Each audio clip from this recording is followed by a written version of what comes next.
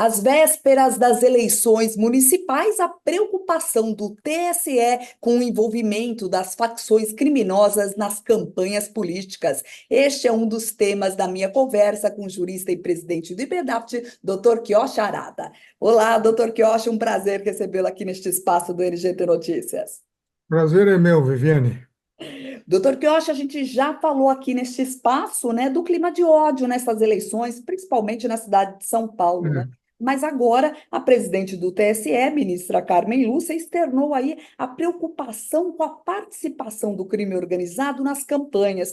Tem candidatos aí assassinados, ameaças a juízes. A Carmen Lúcia classificou como ousadia do crime em querer ser o formulador de leis. A presença das facções criminosas é ameaça à democracia do país, doutor Quioche? É preciso vigilância constante aí para tentar barrar o avanço do crime? sem dúvida, o crime deve ser combatido por todas as formas, mas essa escalada do crime reflete, de certa maneira, a deterioração das instituições públicas do país. Quando as instituições funcionam, cada poder jogando na sua quadra, sem invadir o prerrogativo de outro poder, mas atuando em harmonia e independência, separando a fronteira em que pode agir cada poder. O legislativo legislando, o executivo executando e o judiciário apenas julgando, agindo no passado, se provocado.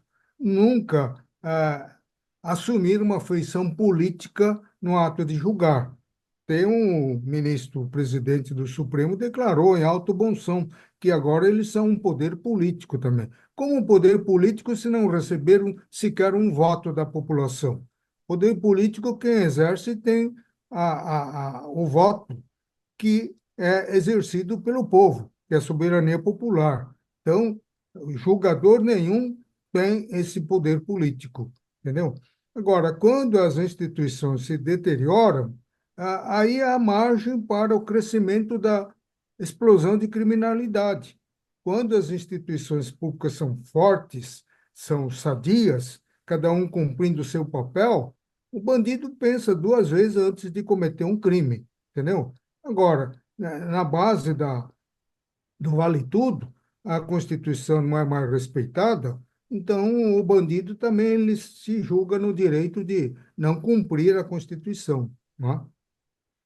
Doutor Quioche, o senhor fala então dessa ameaça, a gente fala da ameaça à democracia, à violência, à presença das facções criminosas é uma ameaça à democracia, mas também essa distorção aí dos Sim, papéis, né, do legislativo, do executivo e é. do judiciário. Essas violências políticas, no período eleitoral têm que ser reprimidas. Mas tem uma coisa, aqui no Brasil fala-se muito em democracia, fala-se muito em liberdade de expressão. Pergunto eu, será que está havendo respeito absoluto ao disposto no artigo 220 da Constituição Federal, que eu vou ler para não deixar nenhuma dúvida? Diz aqui o artigo 220 da Carta Magna: a manifestação do pensamento, a criação, a expressão e a informação, sob qualquer forma, processo ou veículo, não sofrerão qualquer restrição observado o disposto nesta Constituição. Parágrafo primeiro. Nenhuma lei conterá dispositivo que possa constituir embaraço à plena liberdade de expressão e informação jornalística em qualquer veículo de comunicação social, observado o disposto no artigo 5º. Parágrafo 2º. É vedada toda e qualquer censura de natureza política, ideológica ou artística.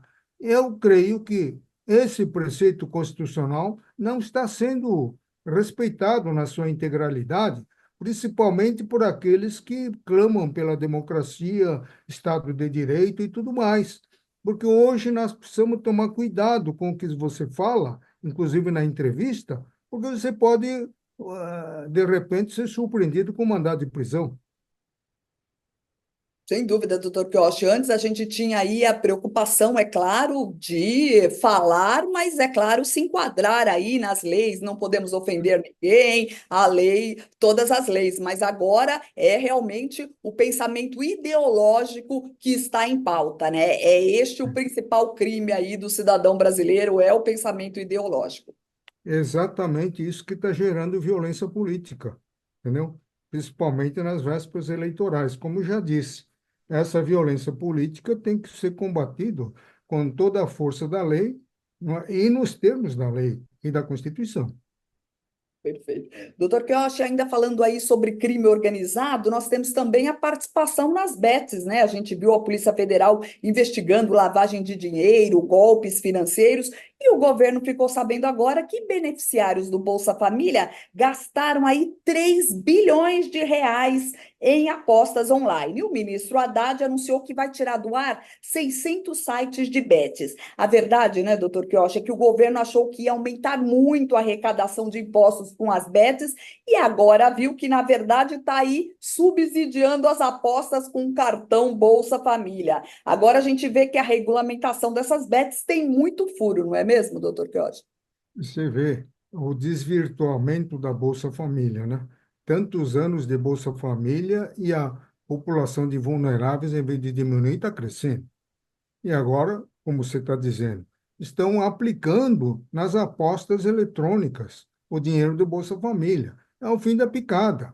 Então, esse tal de BET já devia ter sido proibido há muito tempo, porque ele causa um dano terrível à economia do país. Por quê? Porque aqueles que são os mais vulneráveis, os menos preparados economicamente, é que estão apostando, fazendo aposta para ver se ganha alguma coisa. E acabam se endividando. À medida que eles se endividam, retrai o consumo. Eles têm pouco dinheiro para comprar alimentos, ou roupas, vestuários e calçados e diversões, etc. Isso reprime o quê? Reprime o consumo. Reprimindo o consumo, o comércio paga o pato. E se o comércio não deslancha, a indústria também para de produzir. Para que produzir é algo que vai ficar estocado. Então você vê um dano terrível que esse tal de BETS está provocando na economia brasileira. Sem dúvida, né, doutor Pioche? A gente já tinha falado, até inclusive neste espaço, né, do avanço das bets e da diminuição da preocupação aí do comércio com a diminuição principalmente aí da compra de comidas, porque as bets atingem principalmente a classe D, classe menos favorecida. E a surpresa do governo, nós ficamos surpresos que o governo se surpreendeu que os beneficiários do Bolsa Família estavam usando aí o cartão para fazer apostas online. Ora, surpresa para ninguém, né, doutor Quioche? Pois é, isso é o governo está financiando uma infração, infração que chega à beira do ilícito penal, né? Sem dúvida. Doutor, que eu achei aumentar aí a arrecadação de impostos para se enquadrar também no arcabouço fiscal, né? É uma das metas do governo. O ministro Haddad tem brigado para cortar incentivos fiscais. E agora saiu a notícia que os benefícios tributários vão ultrapassar a marca de 543 bilhões de reais em 2025. É uma renúncia de receitas 20 bilhões superior à estimada para esse ano. É abrir mão de muito dinheiro. Faz sentido tanto subsídio no Brasil, doutor Quioche? Não faz. Todos esses incentivos fiscais são absolutamente inconstitucionais. O artigo 151, número 1 da Constituição Federal, só permite incentivos fiscais para promover o equilíbrio socioeconômico entre as diferentes regiões do país, isto é, para desenvolver o Norte, Nordeste e Centro-Oeste, para ficar mais ou menos igual aos estados da região Sul-Sudeste. É para isso que tem o incentivo fiscal. Mas não, está havendo incentivo fiscal nos estados altamente desenvolvidos, que têm uma economia pujante. E ainda a reforma tributária perdeu uma oportunidade ímpar de acabar com a Zona Franca de Manaus. Se 70 e tantos anos se passaram desde a sua criação. Até agora, não atingiu nenhum dos três objetivos de criar um polo industrial e comercial na Zona Franca de Manaus e um polo populacional. Então, aquilo virou o quê? Um centro distribuidor de incentivos fiscais. Só isso que eles estão fazendo. Não está desenvolvendo, porque sem população enorme, não há consumo. Não havendo consumo, tudo que eles fabricam tem que ser transportado por via terrestre, queimando diesel nas estradas esburacadas, trazendo para a região sul-sudeste, onde se concentra a grande população consumidora. E isso acaba anulando o benefício fiscal. Então, para que dar esse incentivo fiscal? Então, a reforma tributária deveria não repassar o incentivo fiscal dos tributos em vigor para o CBS, Imposto Seletivo e IBS. Era só silenciar que a Zona Franca de Manaus, em 2033, morreria por si só. E é um país que realmente só pensa em subsídio, só pensa em vantagem tributária, né, doutor Quiocha? Exatamente. A gente viu na regulamentação da reforma tributária, ainda estamos vendo, ainda vamos ver quando passar pelo Senado, né? Todos os grupos aí econômicos do país se movimentando para arrecadar ali, para dar uma mordida de isenção na reforma tributária e, claro, o índice subindo ali, era 27,5, já estamos em 29, daqui a pouco é 32, 35 e é aí por diante, né, doutor Quiocha? É verdade. O governo tentou aquela falácia de 26,5%, depois viu que era insustentável, aí passou para 28,5%. E não vai parar por aí. Em 2033, quando os estados e municípios terão a liberdade de fixarem as suas alíquotas, eles vão fixar lá na estratosfera para compensar a perda arrecadatória do ICMS que eles perderam e o ISS que os municípios também perderam. Então, não é como o governo está falando, 29, 30, não é nada disso, são três alíquotas. Esse que o governo está falando é a alíquota da União. Agora, ele não falou dos municípios e dos estados. Só em 2033 que estados e municípios fixarão. Aí é que o povo vai cair na real, vai dizer que esse negócio aqui não é bom, entendeu? O que eu estou falando desde os primeiros dias da reforma. Ninguém está acreditando. Eles preferem acreditar na falácia do governo. Não, vai ficar em 28,5. Mesmo que ficasse em 28,5, as três alíquotas, né, seria o imposto sobre consumo mais caro do mundo.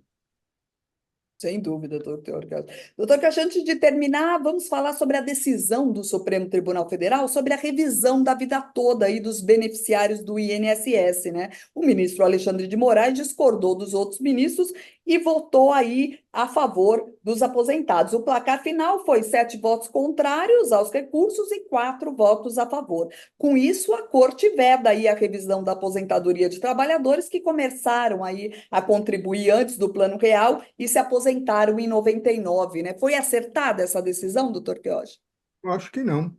Desde que inventou as ações de controle concentrado de constitucionalidade, que é ação direta de inconstitucionalidade, ação declaratória de constitucionalidade e a DPF, inventaram que decisão proferida no bojo dessas três ações em sentido contrário ao decidido pelo Pleno do Supremo Tribunal Federal, no controle difuso, impacta automaticamente. Foi o que aconteceu com a contribuição sobre lucro líquido. Tá? Tinha uma decisão dizendo que não precisa pagar porque é inconstitucional. Aí veio uma ADI e diz que é constitucional. Aí vem o ministro Barroso e fala: vocês fizeram uma aposta. Quando nós decidimos em 2007 que era constitucional, devia ter pago. Só que ele falou isso depois de 17 anos, entendeu? Quando eles decidiram que era constitucional, não se falou nada que aquele que tinha coisa julgada a favor tinha que pagar. Ficaram em silêncio. Então, essa praga pegou, ninguém mais dorme em segurança.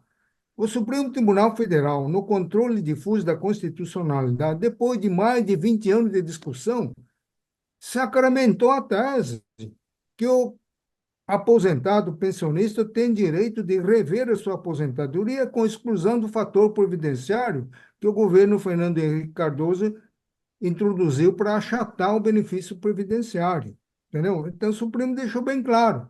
Agora vem um ADI, espera-se a mudança dos ministros para julgar e teve 7 votos para reverter a coisa julgada, que era favorável. E o ministro Alexandre de Moraes foi contra. E o ministro da Previdência Social, muito sintomaticamente, diz que qualquer que seja a decisão do Supremo, o governo vai cumprir, como se pudesse fazer de outra forma. Agora, se o governo estivesse perdendo, ele ia ficar calado. Como o governo estava ganhando na votação, ele diz que qualquer que seja a decisão será imediatamente cumprida. Entendeu? Olha que absurdo.